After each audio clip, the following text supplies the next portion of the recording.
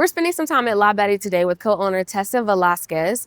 What I really love about La Betty is the fact that they really have the community vibe down. They understand how not to just make an incredible menu that has natural wine and good food like their fresh baked breads and their donuts, but also how to create a space that people love to be in and also work for. I'm going to ask her a couple of questions about just how she has managed her family-owned business for the last decade, starting with a bake joint, Baked and Wired, and now La Betty. Let's go.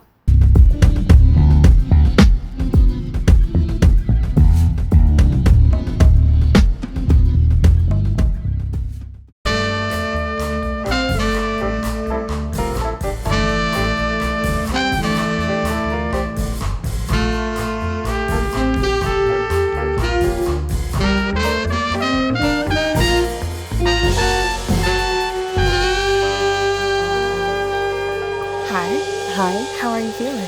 Oh, great. I'm so happy to have you guys here. Likewise, thank you so much for having us. We've really enjoyed our time in the space, from the music and the food. We are like half focaccia bread, we are half donuts, we are half latte. We are feeling really good right now. So thank you so much for the hospitality. Oh my gosh, so great to have you here and just hang out with us. It's like meant to feel like a home, and It does feel that way. very much. And I'm glad that you mentioned that too, because it really felt like this space is really, really intentional, all the way from like the way customers are greeted to just like the way you've designed the space, the music, the speakers on the wall. It's really apparent that programming is really core to La Betty and the way that you all really usher in and welcome community. What was the thought process behind incorporating that element into the space when you were reimagining La Betty? Yeah, La Betty was always meant to feel like a home, always meant to feel like this idea, even Betty being this kind of this person, technically named after my great-grandmother, but just this person who hosts and has people over. And what do you do when you have people over? You're listening to great music. If it's nighttime or daytime, drinking some wine, you're having some home-cooked food. And you know, this is my family also who has this business too. So it's my mom and my brother, my dad, and me. So very much rooted in these experiences at home. And so we definitely wanted to extend that here with our other businesses, a bake joint and Baked and Wired. They've always been community places. We've always wanted to have programming that reflects the neighborhood, that reflects Washington, D.C., that reflects the creatives who live here. And so we just listen. We listen to what people are looking for. We listen to just what we like to have an experience at home. And very much even on a personal level, what I like to do at home when I have my friends over. And so we're just thoughtful of that and how we bring that here. So we're not trying to think too much of maybe what's trendy or what's viral or what's, But what feels good. What feels good. What would I want to go to? What would my friends, my family also want to go to? I love that you mentioned that, because I was thinking like what really was the inspiration for vinyl in particular, natural wine in particular. The menu that you've curated too is very specific. So I was thinking like it's probably in large part elements of just what makes you feel really warm and cozy, but also like what you want to give to the community and what they're asking for. And it seems like you're hitting on all those elements and what you're saying you really wanted La Betty to be. Exactly, especially for the nighttime, which was always intended to be a listening room and a natural wine bar. That really was from experiences at home. So at home, my husband DJs and he has his decks right on the kitchen island. I'm also a cook and a chef, and so I'm cooking, making little plates, you know, things that are fun and easy to eat and share. Has some natural wine just like on ice in the sink. Love it. And our friends just come over and we just hang out and we're standing, we're listening to music, we're kind of bopping. So that really was rooted in experiences that I like to do at home with my husband, and thought, again, especially as I get a little bit older, in my mid-30s, love music, love wine. I can't be out here without back support, you know, and without food and like nice food. And so I thought, what better to give to the neighborhood, because I wasn't seeing that in DC at the time either. And, you know, an experience that I love, that I know my friends love, that I thought that DC might love too. It definitely feels really, really cozy in here. And you hinted at like La Betty has this beautiful dual energy. So it's like relaxing in the morning. It was soulful. We all had a good time. And then I imagine the evenings too, it's very intimate. And you've got like, especially when the natural wine starts to flow, I can imagine people start dancing and it's just a good time. How did you curate an experience where both of those moods feels like one through line as a brand experience versus the morning feeling jarring or super different from the experience at night? Yeah, we really let the design, I think, take the lead in that. So this primarily was designed by my dad and my brother. Oh, awesome. And actually, originally this was a restaurant in 2019, but we closed it in the pandemic. And then we got this opportunity, I'd say, to reimagine what that would look like. And so, I'll say this word so many times, but, we wanted it to feel like a home. And so we started actually with the nighttime. That led the kind of new reopening of La Betty was our nighttime concept, the wine and the vinyl. And then as we were gearing up to want to do a morning concept, we didn't want to fight that. We didn't have to make it something completely it's not. The space is warm and homey and inviting. So how do we have a morning experience that reflects that? And that's even coming from us, our last place, A Baked Joy. Very opposite design, very open, very San Francisco feeling almost, very like warehouse feeling, bopping music, kind of high energy, loud. And we almost wanted to do a reaction to ourselves in that way, because that Baked Joint was open for 10 years. And we wanted to bring it back to even like a little bit old school coffee shop vibes, where you do come and sit on a cozy couch and you sip on your cappuccino and you read a book. And we just wanted to provide more of that experience. Again, not reinventing the wheel here of how we like to gather and connect. And I'm sensing also right now, people are looking for that a little bit more. They really are. They need to like decompress. Things are crazy right now. Go to spaces that feel good with people that make them feel good and food that makes them feel good. I'm definitely picking up on that same vibe too. So talk to me a little bit about combining La Betty and A Baked Joint, because I can imagine that that was an opportunity that you kind of had to maybe think long and hard about. What was the inspiration behind that? Was it time for something new? Did you feel like it just made sense as like a business move? Let's just combine both businesses. Yeah, a lot of factors went into that. Yeah, Baked Joint, my first baby, 10 years, coming up on our 10-year lease. I'm very lucky to be part of a family that I've learned from a young age that we're never been afraid to adapt, never been afraid to change. We're all very creative. We like to be stimulated and do new things and think, what is the new wave that people maybe need that they don't know they need yet? And we do that through food and drink as our way of bringing people together and providing accessible, interesting experiences. So, in combo, our lease was coming up. And we already had this space right next door. That space, one, was busy in the morning. We're busy at night. We just opened in March. And so business-wise, wanting to kind of combine those two, keep it in one house. Sense. And, it's interesting, too, on a personal level, when you own your own business like this, and it's a family business, it's a lifestyle choice, too. So the second reason being, scaling is great. We had Baked Wired, Baked Joint, then La Betty, but it's just the four of us. We have a great team, but in terms of executive decision making, it's the four of us. And we actually also wanted to slow down a little bit and have one house that has two concepts in it and still have Baked and Wired. So that was number two. And number three, really going back to we wanted to do something new. We wanted to change things. We wanted to keep things fresh. We wanted to offer new products. It can be hard when you have something like a Baked Joint, which is so beloved and so well known, been there for 10 years. You almost can get stuck in your own patterns and people don't really want change. And we experience that opening here for sure, because people, they have the things they love, which I totally get. They have their sandwiches they always get, their vibe, the things that they expect every time they go to a Baked Joint. We actually purposely knew that if we stayed in a Baked Joint, we couldn't offer a new experience. We couldn't offer new products, because it's just people hold on to that so tightly. Yeah. So it's almost like a clean break to just we're doing something new. We're bringing some elements, but we're doing some new things.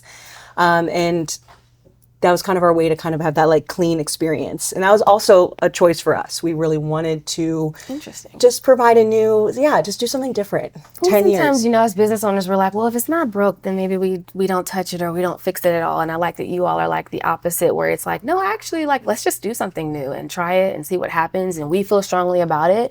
And we also believe that this is something the community will benefit from. So why not do it? Which leads me to another point, which is when I was doing my homework for this conversation, I came across this comment that I feel does a really great job of summing up just how much people loved the OG Baked Joint. This person said the space was more than a coffee shop. It became one of those intangible third spaces where friends could meet up for a glass of wine and pizza after a long work week. Families could share a delectable cinnamon roll on the weekends.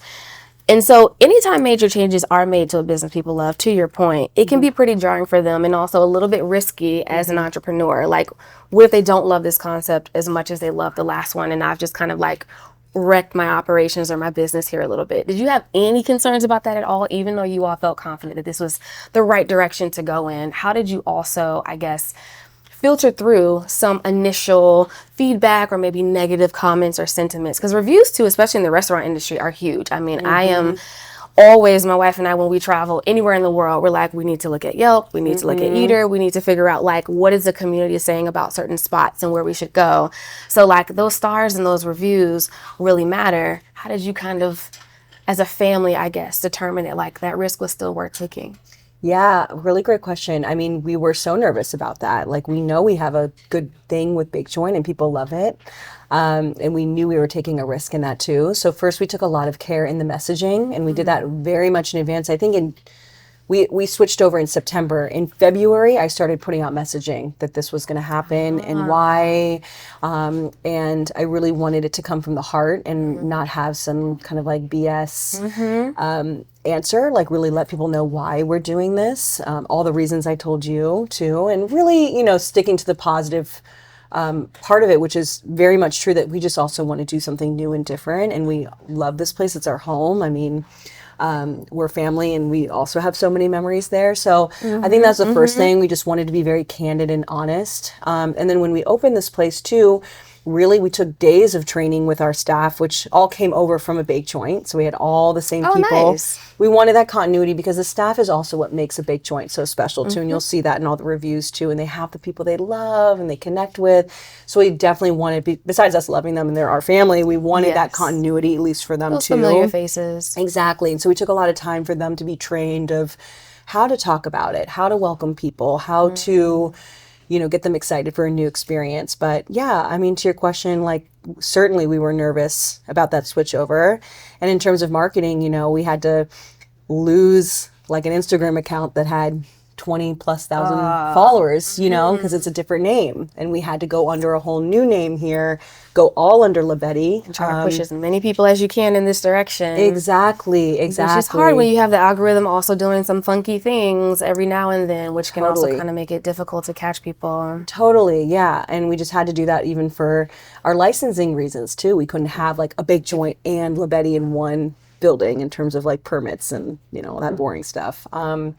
And so we really just had to lean into it. I think it was just kind of 2 feet in. You can't be sort of in and out. You have to own it. You have to be confident and, really, look at reviews. And people are sad. They want what they want. And I think people creatures of habit. And I totally get it, especially these days. I think we're holding on in DC too, like, things that make us feel safe and comfortable. So, we really just had to put 2 feet in and just be like, really confident and really dedicated to still having the level of excellence that we had at Bake Joint, but doing it still our way and different. So you just got to like own it and go in. Love that you talked about training your staff and the fact that it's very clear that you took the time to also think through that transition. So even though you made that transition, let's say September, you were like, in February, we need to go ahead and like start talking about things and letting our customers know. So there's a process there. I think sometimes as entrepreneurs, we make a decision and then we kind of just go for it and we're not taking our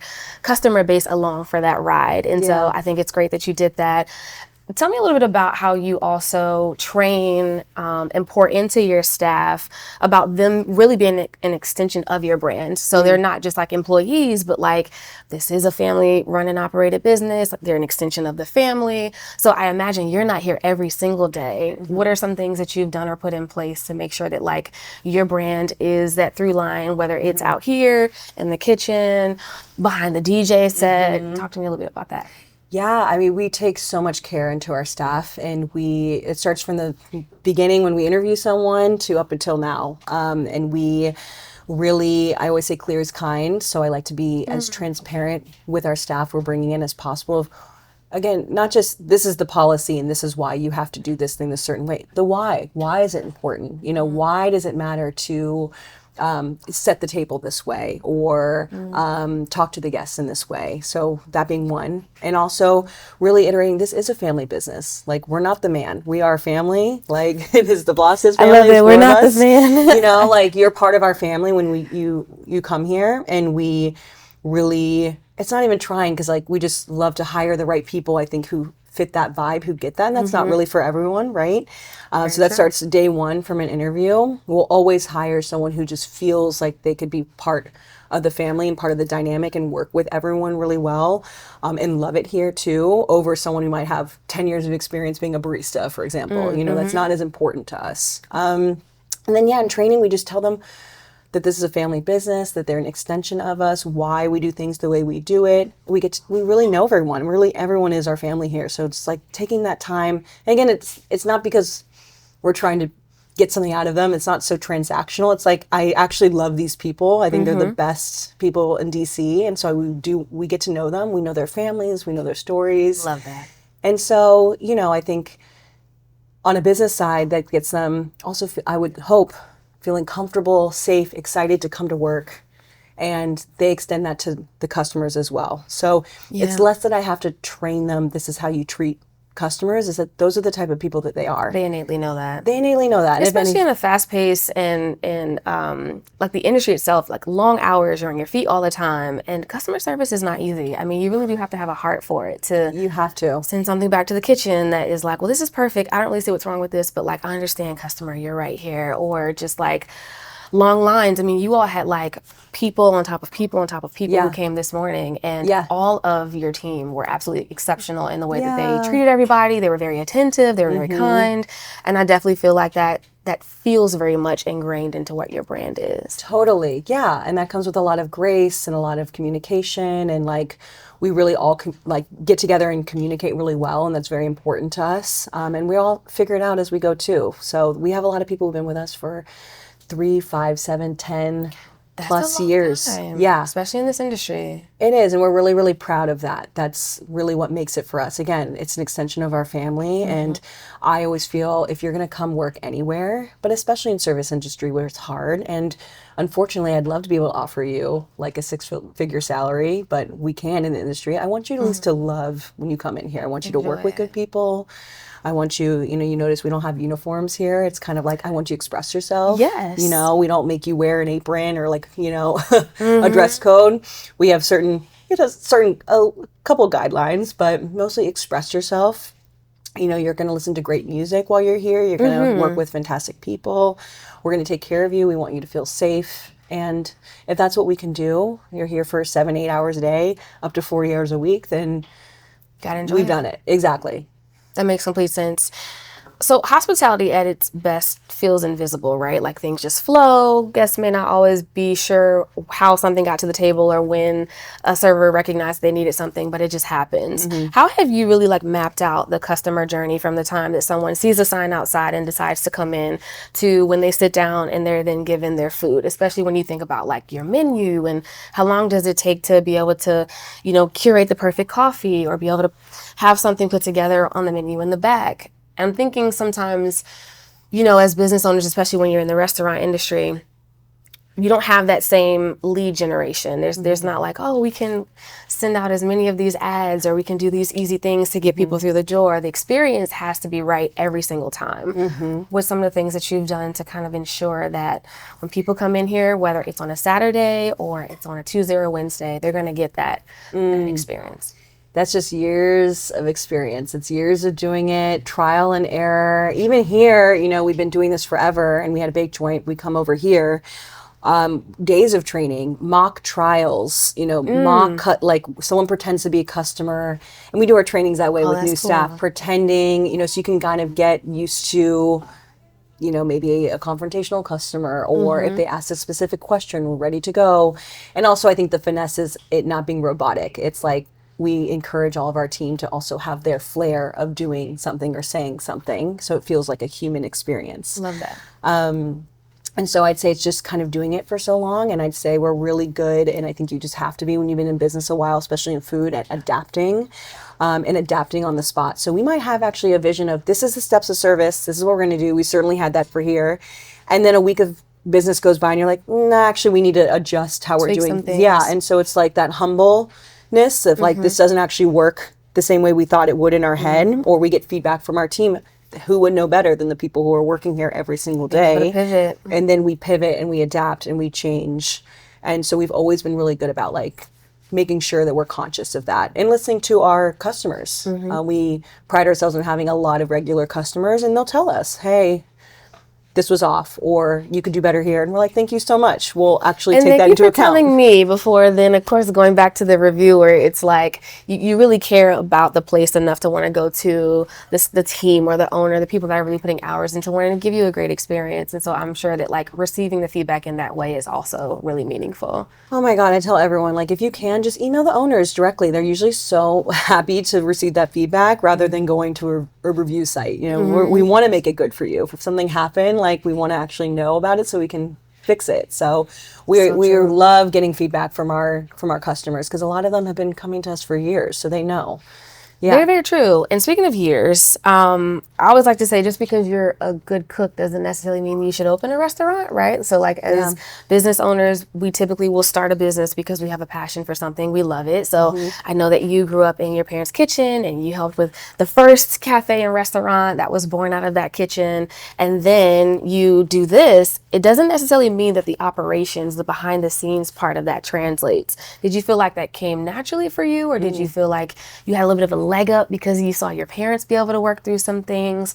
What was that experience like, kind of going out on your own and doing it still with their support? But the operation side is not, it's not just the passion part. That part's a little bit harder. Yeah, I tell people this all the time. Like, you have to start with a passion, especially in this industry. It has to be something you love. It has to be something you want to do for years, but you have to learn how to make it systemized and do it every day. You might love to cook when your friends come over once a month or two. Can you do that every single day and make that same thing, that same dish the exact same way? Because that's what people are expecting. You know, they're going to come and get that thing, if we're talking about food particularly, and they're going to come in a week. That one time, and then they're going to bring their friends, and they're going to want their friends to try it, and then if it doesn't taste the same way, they're like, oh, well, exactly, it was good when I had it. And you, as a business owner, we can't be the only ones doing everything all the time. So there's, I'm a systems freak. That's where the operations come in. I love operations. I think maybe that's natural, and I just had to learn it along the way, because you're not going to be able to grow your business. You're not going to be able to just have peace of mind during the day and train other people unless you have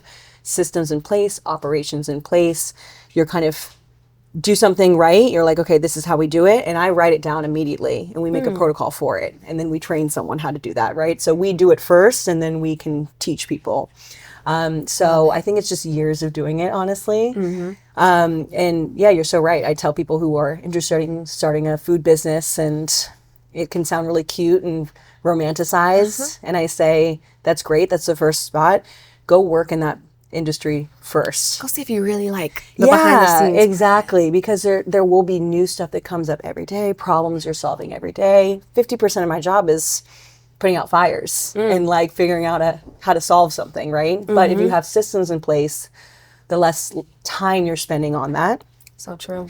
And then as entrepreneurs, business owners, we can then use our creative brain space to actually do the thing we really want to do, right? So I tell people, that's the benefit of having operations and systems, because then you can actually do the creative stuff you set out to do. Right in your zone of genius. Exactly. You don't have to then go and make the same sandwich every day, or put out the same fire. Basically, it's happening every day, or, you know, deal with the same issues. So it's very important to have both, I think. Makes sense. So, quick pivot. You studied psychology in Boston. How does your unique understanding of people kind of shape the way that you think about the customer experience and across, I guess, all of your businesses, quite frankly? Yeah, I think from that education and just school of life, and, you know, I really grew up in these businesses since I was 11 years old. I think you really just see that there is such a vast human experience, and people experience life and their day very differently from one another, and you really need to have that in this industry. Whether it's with your team, everyone is different, everyone's going to respond differently to problems, everyone's going to, you know, learn differently, to also the guests, of course, that they're having a different experience maybe than another guest. So how to be adaptable, how to be open, how to be, you know, especially for us, we're a community place. Like, I want people from all walks of life to come here. So you have to have an understanding of that there's people who come from all walks of life, right? That you're not just serving one type of customer base, and that works for some people. They only serve this sort of demographic. Right. We've prided ourselves on having all sorts of demographics. I want all types of people. So I think where that comes into play, the psychology, yes, but I think it's more just school of life, and just,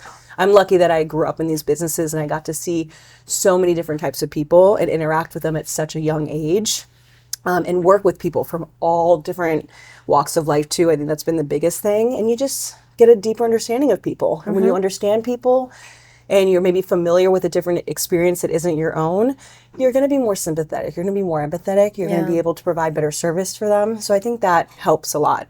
I would say even more than like going to school for it, although that's interesting. Yeah. I don't disagree with you at all, actually. And I think it, to your point too, kind of has to be innately in you to also kind of want to look for that in people. Exactly. To like want to figure out like what makes this person happy, or like what makes this person feel like home. What kinds of things do they gravitate towards and why? 100% agree with you on that. So you talked about the fact that you all really pride yourselves on welcoming in all different types of people.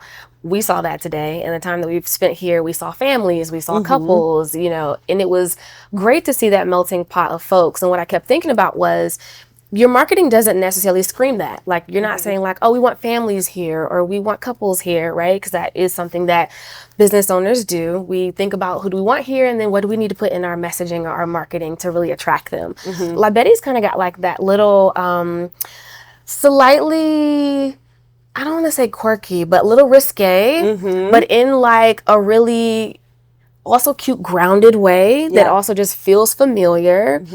Striking that balance, though, in your marketing and the way that you've kind of decided to show up on your website, on social media, in your newsletters, how are you kind of striking that balance to be able to draw in different types of people and families and still be very true to the core of who you all are, even as a family brand? I mean, a baked joint, baked and wired. There's that theme there, right? Of being baked, getting baked. Yes. And so I love that you all didn't shy away from those things. And clearly people have been really receptive of it. So how do you strike that balance in your marketing? What's worked for you? I think it's just being authentic. You know, the voices you hear on social media are truly like mostly my voice, you know? So we really just want to speak to like how we talk, right? In a lot of ways. And so I think that's number one. I think people can feel authenticity first, even through social media, maybe especially because there's so much like trends, viral, OMG, how you're so supposed to many. talk, how you're supposed to do certain hashtags. And I've never wanted to subscribe to that. I figure I want to talk in the voice that I would want to talk to, or really a friend. You know, we try to make it feel like this is a friend and this is their personality online. You're following them as an Instagram account as a person, with also like, here's a donut, you know, whatever, but less so buy this, you know, less so pushing things on, because we are being pushed products constantly. And so I think that what I hope, so it's nice to hear, is that translates to families, that translates to mom and dad, that translates to people in their 20s, that translates to, you know, people from different countries even who come here, because it feels real. It feels like a person you might want to know. So honestly, I don't like think too much about it. I love to hear you say that. I don't put too much thought, other than, is this something I would really say? Is this something that, or someone I'm close to would say? And yeah, is it inclusive? Does it bring in some different voices? And then, you know, we've always had fun with our businesses. I've learned that from a young age too, with Baked and Wired and Get Baked. And back then, 25 years ago, that was so scandalous to talk about weed. Taboo, Yeah, and we don't even have like cannabis in any of our products, never have, but just that play on words is enough. I think people, even if they don't like do those things, they want to feel it's fun and it's playful. So I think we've always kept that throughout our brands, as a fun, playful. We don't take ourselves too seriously. And so we hope that translates too, that it can be messy. It doesn't have to be so content perfect, you know, with the perfect words and everything. Yeah, we like to say dance like nobody's watching, and then eventually you figure out the people that like the dance that you're doing, and you're like, okay, we've kind of found our tribe here. That makes perfect sense. You talked about people around the world. I was listening to an interview that you did, and you mentioned that you weren't really interested in any of your businesses ever being in an airport. That just wasn't really your vibe. Yeah. And I was like, well, that's really interesting, because most business owners would love the opportunity to have exposure, have that type of footprint, and to have different people from around the world be able to experience them in that way. But for you, you were like, no, not for me, or not for my family. Yeah. I want to talk to you about discernment. How do you, as a business owner, decide what you do want to dabble in, what you will say yes to, versus what you just feel like is not a part of your brand or your brand strategy? Yeah, I mean, again, another lesson I've learned from a young age is that the brand, at least for us, it is a family brand. It is very special to the location. It is years of experience of curating. You know, if you come to La Betty, like the rug being in the perfect place, it's hard to scale that though. You know, we made a decision with these types of businesses that we do that they are neighborhood community spots. Love that. It's very hard to replicate that. That's why you see across our businesses, they're all different. We don't have two baked and wireds. We don't have two baked joints. We've gotten plenty of opportunities and offers, especially with baked and wired, to open all over the world, open in airports. We've gotten those emails, and we've never wanted to because, one, I think you run the risk of just diluting your own brand, because people will compare it to, you know, especially a place like Baked and Wired, let's say, or here. Are you sure you didn't get a degree in marketing? Because like you're just speaking my haters. language here. Yeah, exactly. But it's like, you know, it comes down to what you want to do. If that's the business plan you want, is to scale, make money, you have investment dollars, especially if you have investment dollars, you might have to show them that return, right? We've never taken investment dollars. This is a bootstrap family business, so we do what we want, and it's a lifestyle. We want to have this place be special. We want to have connection to our regulars. And yeah, if you open in an airport, probably not really going to have too many regulars there. You're going to have people who just want to get the thing and get out, and you never see them again. And that's just not for us, right? Even having multiple of one location is a little risky for us too. We'd rather just open new businesses that are solving different problems and serving different needs in the community too. Love that. Totally new concepts. Yeah. Last question for you. Success doesn't erase the weight of being first or being different. And this journey is often a lonely one, especially if you haven't found a village. What's your secret to navigating each season of entrepreneurship and the opportunities and losses that come with it? Ooh, wow. I mean, yeah, having a village is very important. I've never done something completely on my own. I mean, I grew up in a family business. Even when I've done my own ventures, it's been with other people. So which is quite incredible, because some people can't really even go to Thanksgiving with their family. Like that 4 or 5 hours is enough. And they're like, okay, I'll see y'all Christmas, or I'll see y'all next year. To then like have multiple businesses where you all as a family are running them, and successfully, by the way, is like, bravo. Thank you. Yeah, it's all I know, really. I don't know any other way. Fair. So maybe that's it. Fair. It's like I've done it my whole life. And so we all kind of do that dance. And it's challenging sometimes, but we are like such a close family too. Yeah. So I think the benefit I learned, and now I'm reflecting on it, just working with my family, is like the power of collaboration. I don't know how to do everything. You know, I didn't know how to build this beautiful, you know, mahogany ceiling. I wouldn't have thought to pick out this rug to go with this one. You know, that was my brother and my dad. They're amazing at that. Just like I specialize in the things that I specialize in, I can bring that. And so I think I really learned just that power of when you work with people, and the right people, has to be the right people. That's important. You have to have the same values at the end of the day, which we do. We're family. We have the same values inherently of how we want this business to be run. Although we might disagree on how it gets done from time to time, but also that's okay and that's healthy. You get a better product, I think, when there's some healthy disagreement and conflict there. And so, yeah, I've just learned that's the way to do it. It would be hard to do something completely solo, I think, for me. Although sometimes I romanticize it, because it's like, oh, I'm the only one that has to make a decision. I have to run it by 10 people. But am I doing the best thing that way? The best product? Maybe not, you know? So, and then also building a community of regulars, of your neighborhood, of your true community is so important. You have to really invest the time. And we've done that with these businesses. And food and beverage, I think, compared to other industries, it's not as hard. You know, people need to eat and they want to drink something. This is true. You bring them in on that experience with you. And I still see regulars that, you know, I saw a guy today that used to come to Baked and Wired. I made his lattes 20 years ago when I was a teenager, you know, and I still see him around. That's a gift. It really is. And so those people are going to amplify you the most. Speaking of marketing, word of mouth is just the best. Like I can have a million Instagram followers, I can go viral on TikTok, but the people who are coming and supporting the business and giving us dollars and making us feel good it's word of mouth that has transpired. So, I really am just grateful that we've built such a great neighborhood of people in DC and beyond who support us. And it would not be possible, obviously, without that.